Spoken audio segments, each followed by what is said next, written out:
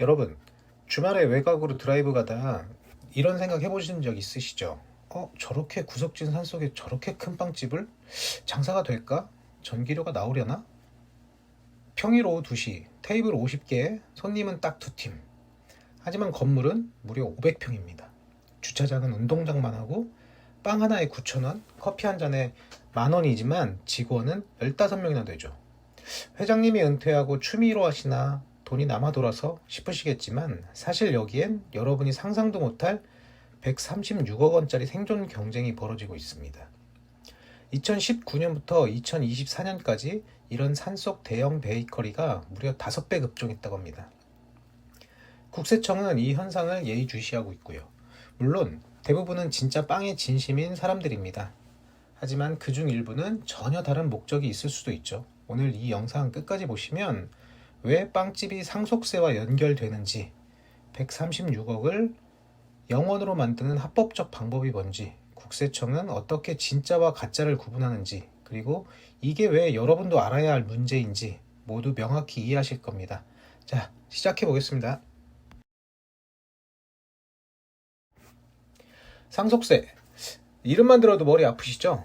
간단히 말하면 부모님이 돌아가시면서 남긴 재산을 받을 때 국가에 내는 세금입니다. 많은 분들이 억울해하세요. 우리 아버지가 평생 고생해서 벌 때 이미 소득세 냈잖아. 집 살 때 취득세 냈고 매년 재산세도 냈는데 왜 줄 때 또 내라고? 이걸 전문 용어로 이중 과세 논란이라고 합니다. 하지만 국가의 논리는 단호해요. 재산을 받는 너한테는 불로소득이 생긴 거잖아. 소득이 있는 곳에 세금이 있어. 근데 이 세금이요, 우리나라에선 정말 무시무시하게 높습니다. 한번 볼까요? 자, 상속세. 이름만 들어도 머리 아프시죠? 간단히 말하면 부모님이 돌아가시면서 남긴 재산을 받을 때 국가에 내는 세금입니다. 많은 분들이 억울해합니다. 우리 아버지가 평생 고생해서 벌 때 이미 소득세도 냈고 집 살 때 취득세 냈고 매년 재산세도 냈는데 왜 줄 때 또 내라고 하는지. 이걸 전문 용어로 이중 과세 논란이라고 합니다.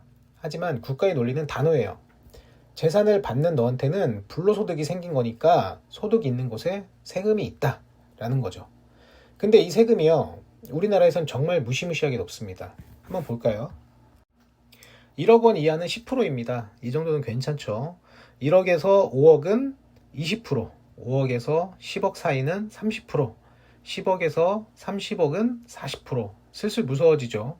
30억 넘으면 무려 50%입니다. 재산의 절반이 날아가죠. 여기서 끝이 아닙니다. 만약 돌아가신 분이 기업의 최대 주주였다면 경영권 프리미엄이라며 20%를 더 때립니다. 실질세율이 60%까지 치솟는 거죠. OECD 평균이 26%입니다. 우리는 그 2배로 훌쩍 넘어요. 일본의 55%와 함께 세계 1, 2위를 다투는 수준입니다. 잠깐, 근데 이거 아세요? 여기서 중요한 팩트 하나는 2022년 국세청 통계를 보면 상속세를 실제로 내는 사람은 사망자의 단 2.6% 뿐입니다. 100명 중 97명은 한 푼도 안 낸다는 뜻이죠. 그래서 어떤 분들은 이렇게 말씀하세요. 이거 부자들만의 문제 아니냐. 맞습니다. 하지만 기업으로 넘어가면 이야기가 완전히 달라집니다. 왜냐고요? 지금부터 설명해 드릴게요. 자, 이제부터가 진짜입니다. 기업으로 넘어간 다음에 정부는 고민이 생겼어요. 세금 거두려다가 멀쩡한 회사들 다 망하게 생겼네? 일자리는 누가 책임지지? 그래서 만든 구원투수가 바로 가업상속공제입니다. 취지는 이래요. 네가 10년 넘게 회사를 경영했고 자식도 일을 계속한다? 그럼 상속세에서 최대 600억까지는 빼주겠다. 얼마나 빼주냐고요? 경영 기간에 따라 다릅니다. 10년 이상 경영했다면 300억을 공제해주고 20년 이상이라면 500억, 30년 이상이라면 600억까지 깎아줍니다. 예를 들어볼게요. 30년간 자동차 부품 공장을 운영한 김 회장님, 회사 가치가 500억입니다. 김 회장님이 돌아가시면 아들은 원래 약 218억의 상속세를 내야 합니다. 문제는 현금이 없다는 거예요. 주식은 500억인데 통장엔 10억밖에 없어요. 그럼 어떻게 해야 할까요? 공장을 팔아야겠죠? 하지만 가업 상속 공제를 받으면 어떻게 될까요? 세금이 0원이 됩니다. 218억을 국가가 그냥 준 셈이에요. 엄청나죠? 하지만 세상에 공짜는 없습니다. 엄청나게 까다로운 조건이 붙어요. 사후 관리 5년이라는 무시무시한 조건입니다. 공제받고 나서 5년간 이걸 지켜야 해요. 첫째, 업종 유지. 주된 업종을 절대 바꾸면 안 됩니다. 둘째, 자산 유지. 가업용 자산의 60% 이상을 계속 보유해야 합니다. 셋째, 고용 유지. 지원수나 급여 총액을 90% 이상 유지해야 합니다. 만약 하나라도 어기면 218억에 연 7.3%의 가산세까지 붙여서 전액 토해내야 합니다. 5년 뒤에 걸리면 얼마나 될까요? 218억 곱하기 1.073의 5제곱은 약 309억입니다. 이건 일종의 상속세 집행유예예요. 5년간 숨죽이고 회사를 운영해야 하는 거죠. 자, 그런데 여기서 질문. 왜 회장님들은 공장이 아니라 산속 빵집을 선택했을까요? 비밀은 바로 다음 장에서 풀립니다.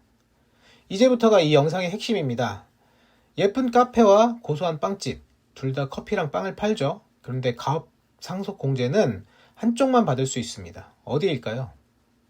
정답은 직접 빵을 굽는 빵집입니다. 왜 그럴까요? 답은 한국표준산업분류에 있습니다. 법에서 공제를 해주는 업종을 따로 정해뒀거든요.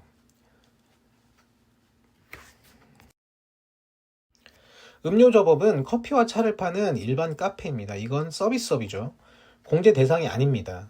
제과점업은 밀가루 반죽해서 직접 빵을 굽는 곳이고 이것은 제조업입니다. 공제 대상입니다. 국가 입장에서 제조업은 뭘까요?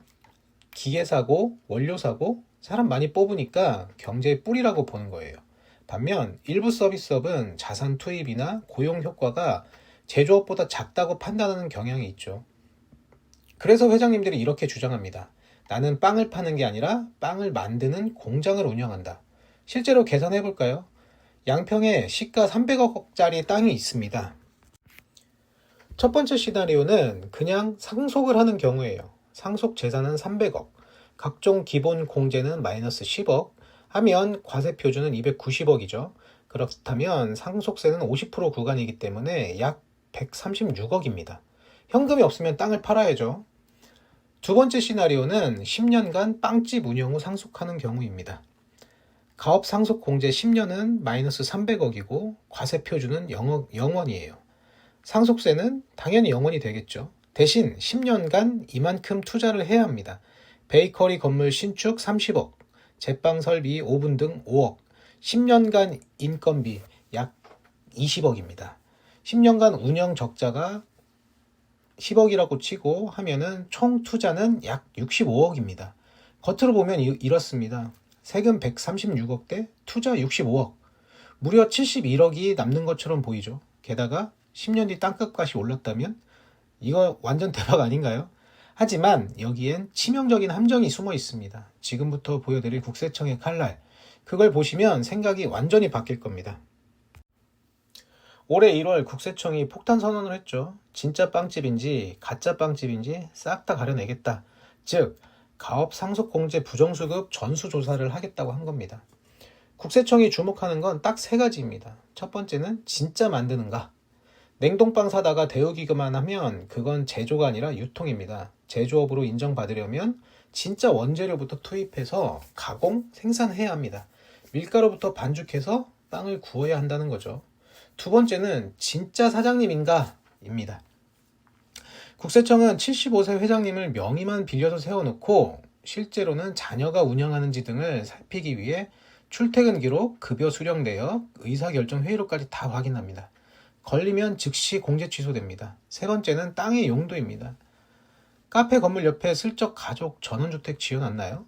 그 부분은 사업용 자산이 아니니까 세금 내야 합니다. 만약 이 세 가지 중 하나라도 걸리면 어떻게 될까요?